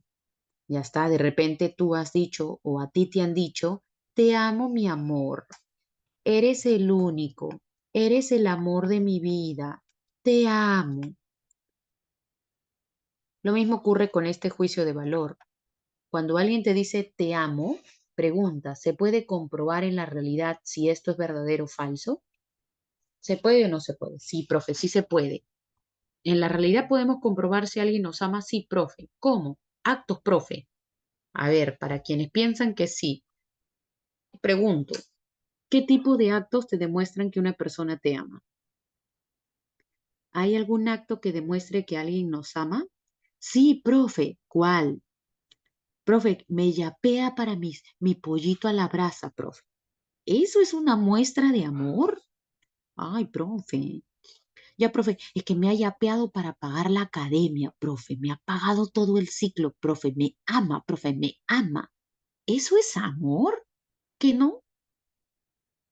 Ay, profe, no sé, profe. Eso es inversión, dice, ¿no? Ya, entonces, ¿se puede o no se puede comprobar cuando alguien nos dice te amo? Diremos que no, cuando alguien nos dice te amo, no se puede comprobar. No sabemos si te está diciendo algo verdadero o te está diciendo una mentira. No podemos comprobarlo. Profe, entonces, ¿qué me queda creer? ¿Qué me queda hacer? Te queda creerle, pues. Cuando alguien te dice te amo, no podemos verificar si lo que te está diciendo es verdadero o si lo que te está diciendo es falso. Entonces, cuando alguien te dice te amo, solo te queda creerle creer que está diciendo la verdad. Por eso es que se suele decir que el amor es el más grande acto de fe. Por eso es que se suele decir que el amor es ciego, porque cuando nos dicen te amo, solo te queda creerle, porque no puedes saber si es verdad o falso sus te amo. Profe, si me es infiel, ahí sabrás que no te amó, pues si te miente, ya lo sabrás, pero mientras tanto, te va a quedar creer. Entonces no te olvides, los juicios de valor son inverificables, ¿ya? Y por último, tenemos por aquí al social culturalismo. Esta es la doctrina axiológica de Herbert Marcuse. ¿Ya está? ¿Qué dice Herbert Marcuse? Dice que la forma en cómo las personas valoran o la valoración de las personas siempre está influenciada por el contexto socioeconómico donde vivimos, ¿no? Digámoslo como que somos hijos de nuestro tiempo. El contexto siempre influye en cómo valoramos, ¿no? Dice que la valoración de las personas no surge al azar, nadie valora al azar, ¿no? Nuestra valoración forma parte de una ideología de las clases dominantes. Si te das cuenta, en esta última idea podemos ver algunos elementos marxistas, ¿no? Como que alguna influencia del marxismo hay en Herbert Marcuse, ¿no? Ojo que no estoy diciendo que Marcuse sea un marxista, no, solamente que hay elementos marxistas en su idea. ¿Ya está? Y es que para Herbert Marcuse, la sociedad influye mucho en cómo valoramos, ¿no? Por ejemplo, acá en la sociedad peruana, para no irnos muy lejos, los jóvenes peruanos, los peruanos en general, no valoran, ¿no? La lectura, la educación, ¿no? Del 100% es un pequeño porcentaje que siente atracción y pasión y lee de buena manera una lectura, un libro. Pero la mayoría de peruanos siente cierta reticencia hacia la lectura. Es más, aquí en la academia, en aula, es muy fácil darse cuenta cuando, por ejemplo, resolvemos algunos materiales y hay un texto y escucho o leo comentarios como, profesora, mucho texto, profe, mucho texto ya, profe. Entonces te quejas, te aburre leer, no te gusta leer, reniegas cuando lees. La pregunta es, ¿por qué no valoras la lectura? Si bien hay cierta responsabilidad personal tuya, eh, no podemos solamente atribuirte a ti toda la responsabilidad. ¿Por qué? Porque tú formas parte de una sociedad, de un contexto social, y la sociedad influye mucho en tu desprecio, en tu poca valoración hacia la lectura. Lamentablemente vivimos en una sociedad donde lo que menos se fomenta es el amor a la lectura, ¿no? Y ello puede evidenciarse en la escuela, donde espacios donde no nos impulsan o no nos promueven a la lectura crítica, sino que la escuela o el colegio es el lugar donde el profesor expone la clase y el alumno lo que hace es memorizar la clase. Y luego resuelves un examen de memoria, ¿no? Y ya uno cree que aprendió, pero no estamos realmente aprendiendo, no estamos realmente leyendo. Entonces, ¿quién es el responsable o quiénes son los responsables de que en la sociedad no se fomente la lectura y no se fomente la valoración hacia la lectura? Pues los grupos de poder que están en el gobierno. En el gobierno hay grupos de poder que de alguna manera influencian y determinan también las ideologías o la valoración que va a haber en una sociedad. Eso dice Marcuse y eso ciertamente es, pues, esos son elementos marxistas, porque tú debes recordar que para el marxismo hay como dos ámbitos en una sociedad. Un ámbito ideológico, donde están todas las ideologías, las valoraciones, las creencias, qué va a valorar las personas, la educación, etcétera. Y por otro lado está el ámbito material, las relaciones sociales, ¿no? ¿Te acuerdas el plano del ser social y el plano de la conciencia social? ¿Te acuerdas que el marxismo decía que en la sociedad capitalista la burguesía y el proletariado se encontraban en relacionándose? pero la burguesía era la clase que tenía el control del ámbito material, del ser social, pero así como tiene el control de este ámbito, también tenía el control de qué, de las ideologías. Entonces, los valores dominantes en una sociedad están de alguna manera dirigidos por los grupos de poder que están en el gobierno. Son las clases dominantes las que direccionan la valoración de una sociedad. Entonces, si tenemos a grupos de poder que no les interesa que la gente sea educada, que la gente tenga una lectura crítica, analítica, lo que menos van a fomentar es educación, pues. Entonces, el que hoy en día muchos jóvenes tengan reticencias a la lectura, si bien parte por una responsabilidad personal, no todo es tu responsabilidad, sino que también hay una responsabilidad social. Hay gobiernos de turno, grupos de poder que no fomentan la lectura, no fomentan una buena educación. ¿Y por qué? Porque no les conviene. Mientras más ignorante, más tonto y menos crítico seas, para los grupos de poder es mejor. Entonces puedes notar que el socialculturalismo de Marcuse tiene claramente ingredientes marxistas. Entonces, de ahora en adelante, cuando veas o escuches la valoración de las personas, si bien parte por algo personal, recuerda que no es solo personal. El contexto influye mucho en cómo valoramos. Somos hijos de nuestro tiempo. ¿Ya está? El hombre de la época antigua no es el mismo hombre de la época medieval. Por ende, sus valoraciones también cambian. La valoración del hombre contemporáneo no es la misma valoración del hombre moderno. Cambia la historia, cambia las condiciones materiales y cambia también la valoración de las mismas. ¿Ya está? Pues todo está aquí en constante movimiento, ¿no? Listo, muchachos. Entonces, hasta aquí hemos terminado con el desarrollo de toda la axiología. ¿Ya está? ¿Listo? ¿Se entendió para todos? ¿Se entendió? ¿Se entendió? ¿Se entendió? ¿Todo claro? ¿Se entiende? Correcto, listo. Si entonces todo está claro, vamos a ir con las claves por aquí. Ayúdame, por favor. Ahí está, Romina, la de la semana 8, ya. Ayúdame, Romina, por favor. Te voy a dictar las claves a ti o a todo el salón en realidad, pero tú las anotas y las compartes aquí a tus compañeros, ¿ya? A ver, listo. Vamos por aquí. A ver, Romina, te dicto, Romina. Semana 8, ¿ah? Semana 8. A ver, ahí está abriendo material. Ahora sí. Listo, Romina. 1, avión. 2, dedo. 3, casa. 4, avión. 5, dedo. 6, casa. 7, dedo. 8, beso. 9, avión. Y 10, enano. ¿Ya está, Romina? Listo. Ahora te dicto las de la semana 9, es decir, esta semana. ¿Ya está? Ok, semana 9, Romina. 1, dedo. A la semana 9 ha salido con claves. ¿La 9 ha salido con claves? ¡Ah! ¿De verdad? A ver, confírmeme.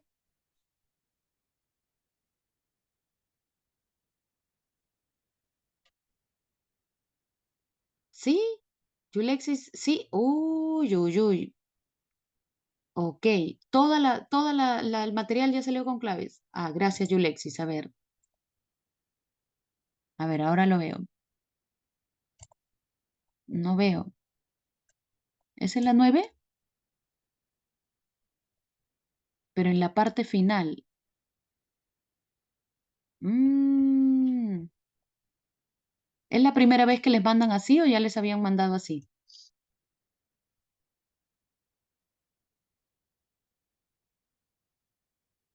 Y en los anteriores materiales les habían enviado con claves al final? No. ¿O es la primera vez que les mandan así? Ah, es la primera vez. Ok. A ver, ¿qué habrá pasado ahí? De repente yo le envío el material a Noiri y la idea es que no les compartan material hasta una semana después o en la misma clase. Pero bueno, a ver, entonces solo para corroborar Dicto las claves a ver si son las mismas, ¿ya? Ya. Dicto igual a ver si son las mismas. ¿Ya está? A ver, anotas por ahí, Romina, y las compartes por si acaso. Ya, si son las mismas, ya no hay problema. A ver, ya luego converso con Noiri para que no me coloque claves en los materiales.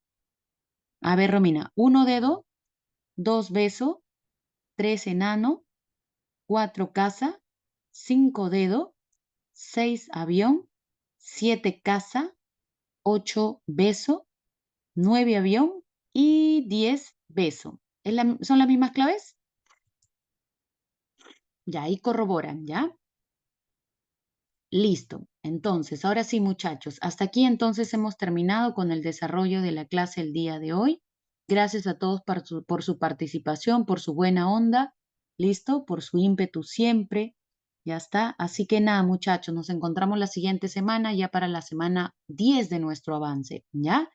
Cuídense mucho, un fuerte abrazo para todos, cuídense, cuídense, ya nos vemos la próxima semana. Ya está, nos vemos, Antar y el azúcar, ¿no? Nos vemos, nos vemos.